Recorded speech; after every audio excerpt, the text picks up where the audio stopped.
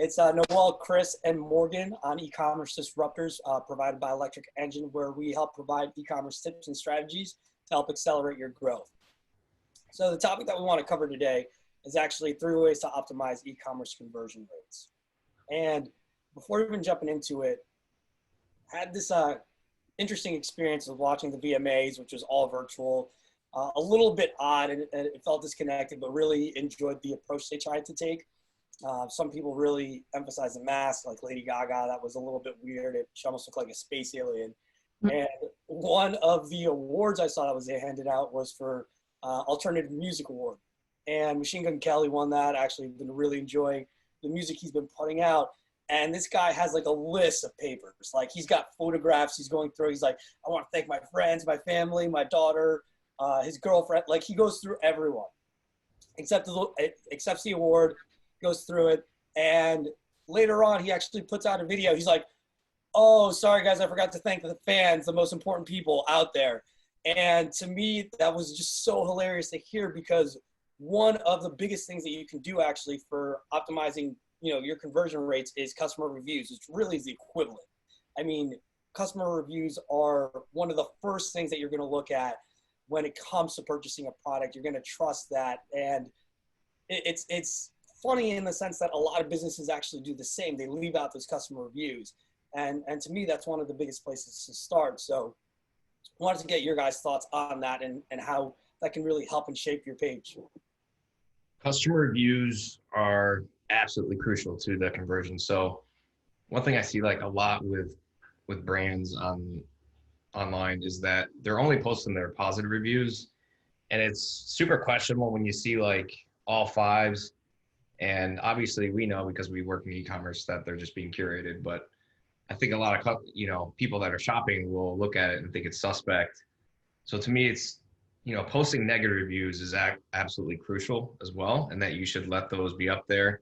But what's more important is that your response to those reviews. And if people see that review, I guarantee you that one negative review could lead to like 1,000 sales, because people are seeing how you're responding, what the customer service is like, what was the outcome, and likely you're going to see a bunch of like up likes, people seeing that review.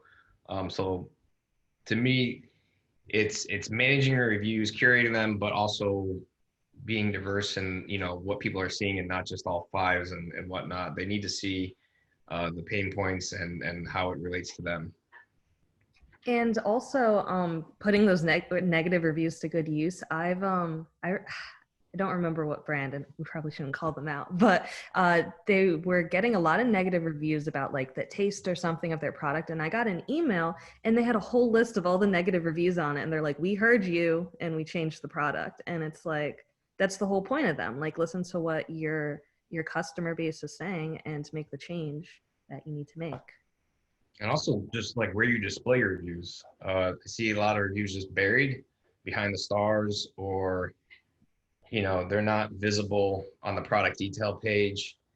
Having them on the homepage is cool. I've seen a lot of sites actually pull like positive comments just from Facebook, blur out the photo, and then you see that, it just feels genuine. It feels trustworthy, that people are actually, it's real experiences that you can relate to. So I think having those reviews sprinkled throughout, and even in your ads, you could pull reviews right from there. And a lot of apps like Stamp.io, which is one of the plugins we use for Shopify, allows you to curate that for specifically social. So you can integrate that within your ads. And we did that a lot. We saw a lot of success when we led with testimonials that people felt like they could relate to. So sprinkle those reviews throughout your product pages, your home page, your landing page, even in your image carousel on the top of your product detail page. Let them shine, because that's what people look for. And when I'm researching a product, especially like on Amazon, the first thing I look at is the reviews. Mm-hmm. Yeah, and we typically use the homepage to just like be all about your brand and your brand voice and your brand message. But like 9 out of 10 people are looking for what other people are saying about your product. Like they're always looking for that. So don't make your whole homepage just you talking, because people are going to trust other people more than they trust your brand. So definitely include those reviews on the homepage somewhere.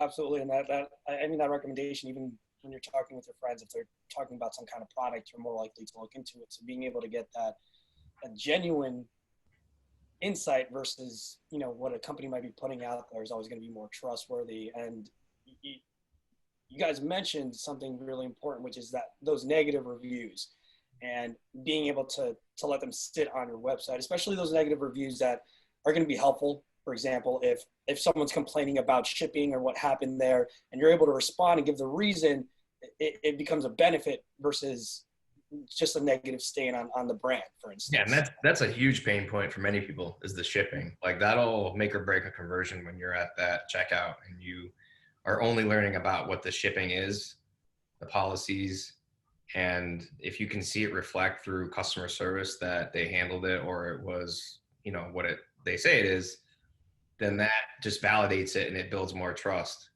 And the other thing, with customer reviews is actually getting them. A lot of e-commerce sites that I shop on don't even ask me for a review. It's just like, if I really love the product, I'm going to go back and search for it and see where I can enter one. But I also see a lot of brands, one of my favorite brands, Purple, they make mattresses.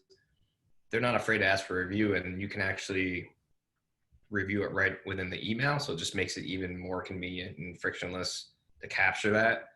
It's also like the cadence of when you're asking for a review. You can't ask for it the next day or, right after you bought it.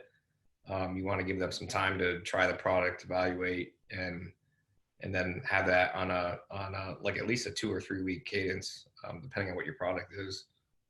I'll get like letters in the mail from people that I bought on Amazon, and it's like, hey, here's a free gift card or something, if you give us a review. And I don't they know. tuck it in the box. They'll have like a post-it and I shop on Etsy and stuff a lot all the time, and they'll always like, don't forget to leave me a review on my shop, and just like include that with the shipment.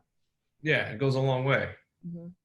A friendly reminder. Yeah, absolutely. Because I mean, if we're thinking about reviews, the most important things are the amount. So making sure that you're asking for them, making sure that the reviews are recent. That's one other thing. If your reviews are even 3 months or older, it could really impact whether or not people are taking them seriously. And then lastly, the response, even, negative or even positive reviews, when you have that engagement online, that's going to be huge. But as you're going through the reviews and kind of usually through that journey, you look at the reviews, but then you're obviously going to look at the product and its benefits. So that's one thing is actually really highlighting what the product does and those benefits, and making sure that it's clear on a page for a consumer to look at is a huge aspect of that.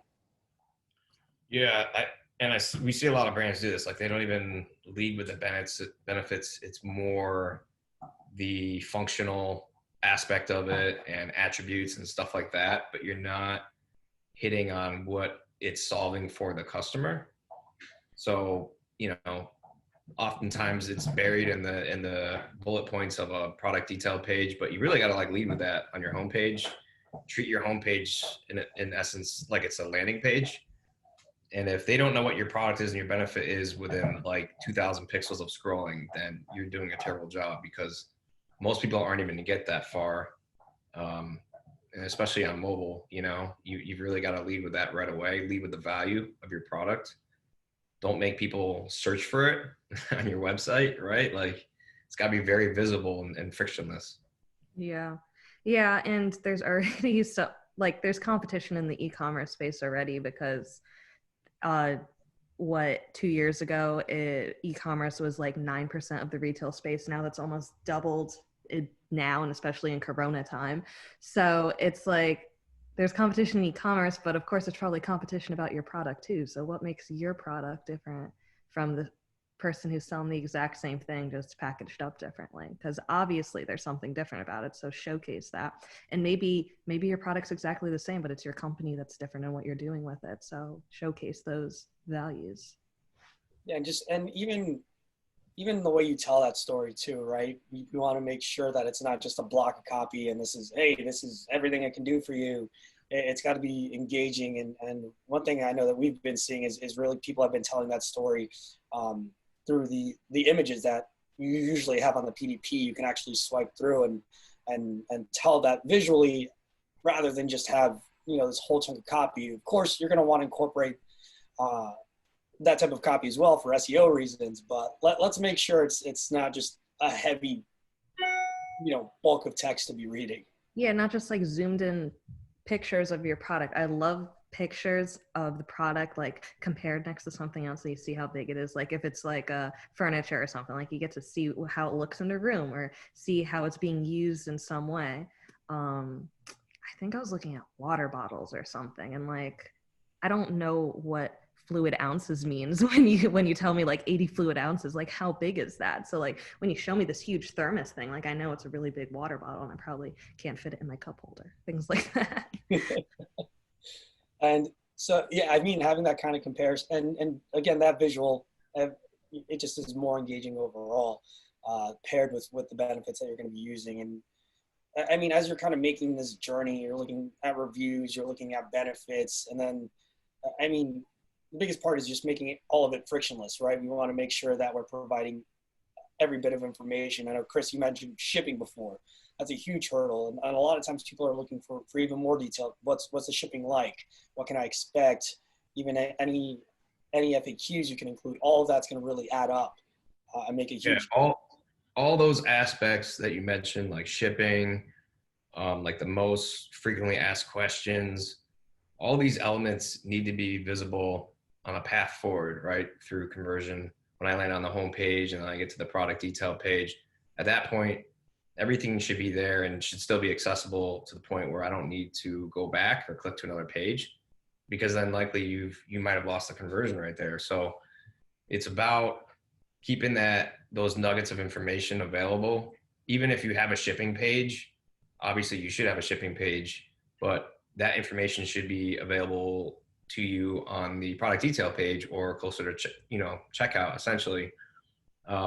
You want to make sure that you're going to continually nudge them forward to get that checkout. And that's what we mean by like providing a path forward and making sure that they can get whatever they need to and get through that barrier that's preventing them from purchasing.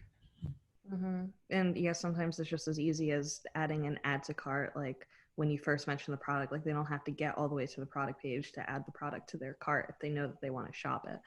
And little things I see in checkout sometimes, like they'll include FAQs right in the checkout. So if you have a question about shipping times or if you ship international or to a certain state or something like that, like the information's already there, so you don't have to go back. And then, because sometimes I see myself just open a new tab on my computer to find the answer, because it's like I don't want to lose my spot, because I know myself, I'm not going to go back. Yeah.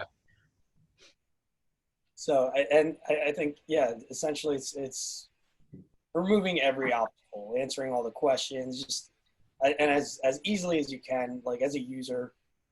And I know for me, when I'm if I can't get all that information right away, I'm going to start comparing. And then by then you've probably lost, a user or a potential buyer to another product that's just laid it out more clearly, even if the product may not necessarily be better. It's just that experience that is. Yeah. And I think, to really understand like what that path should be, you have to look at your data and analyze what is going on. Like most of our clients who reach out to us engage us with a very low conversion rate, right? Like that's what they're looking to solve. If you double or triple your conversion rate, you're automatically tripling your sales right there. So, we've seen conversion rates lower than 0.05%, around that. And essentially, you got to look at the data. You got to start what's going on with your current customers. And you can look at like the behavior flow and see like where they're landing, where they're exiting. And then you can go to those pages and see what the scroll depth's like, what information is crucial to that conversion. So, analyze that, figure out and develop those insights, and then you can really develop that path forward. Make sure you're leaving all those nuggets that people are looking for and bouncing from. And that's really going to help you to develop that frictionless path. Mm-hmm. Yeah, you're not always going to get it right the first time. Like upon launch, you might have a good conversion rate, but it's not going to be perfect because you need to optimize. Like your website's never done. We say that all the time. And you need to look at the data and you might think your customers are going to engage with your site one way, but they end up not. And that's okay as long as you look at that and make the changes that you need to see better results. Yeah. And it's also just, you know, the creative too, like you have to be honest, like, would you shop at this site? I mean, creative is very subjective, but does the experience feel premium, or does it feel like something that was just set up in a day? I mean, you know, we see so many of those scam sites, and I've seen brand sites that don't look any better than those sites. So how are you supposed to know? Yeah, it obviously impacts, you know, how people are feeling about the trustworthiness of your brand. So you definitely have to develop some type of appeal in that sense, and that's something that's unique to your brand. Mm-hmm. Right, building that trust is arguably one of the biggest things you want to accomplish with your site. And like you said, there's so many ways to approach that and to build that trust on multiple levels.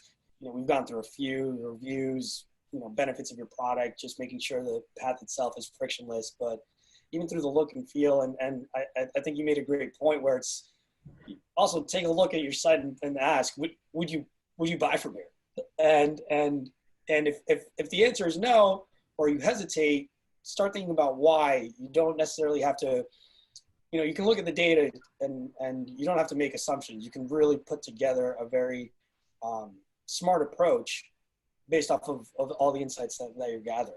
So wanted to thank you guys for joining us, Chris and Morgan. Always a pleasure having you on E-Commerce Disruptors. Thanks to everyone who tuned in.